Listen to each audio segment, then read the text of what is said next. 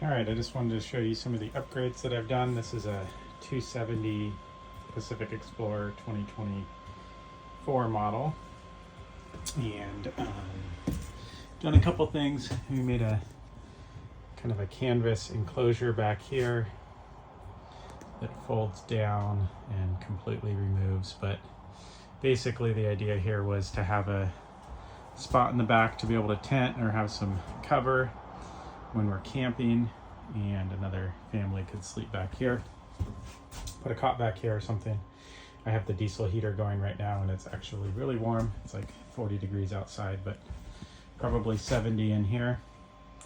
A couple of windows. It all zips down here from each side, and all of this goes up. It should take about, I don't know, 20 minutes to fold up, and then this can all fold down on itself, detach here from the clips, and then store on the roof.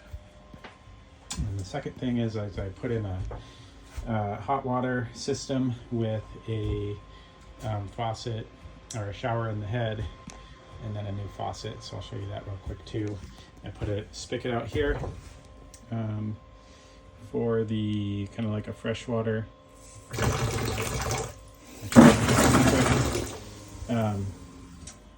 for fishing, washing hands, stuff like that.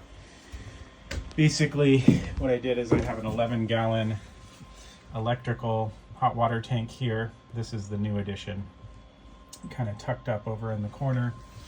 Ran a breaker from here, so there's a brand new breaker right here, this one, so you can turn that off and on. It works when it's connected to shore power, and drill a little hole down here for the electric, for the 110 cable wire that you can see coming in there. That's like 14 gauge wire.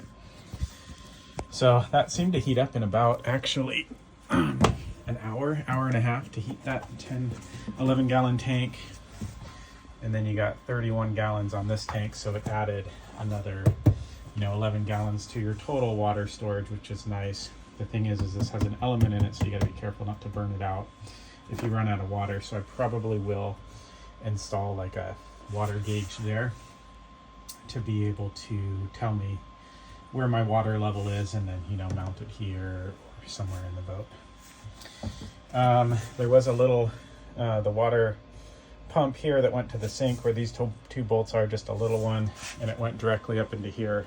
It's little white ones that just turn off and on. So I swapped this out with a marine faucet, but it's just a hot and a cold pressurized faucet, just like your kitchen sink or whatnot. And this comes out cold, hot, pretty good pressure.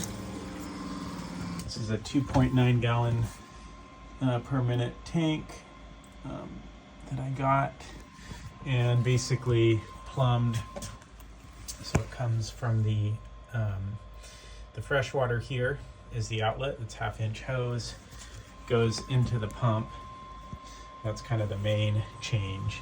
And then from there, all of the different outlets run. So you got a cold water that goes out to that spigot I showed you out there, cold water into the shower head, which I'll show you. So this has a drain.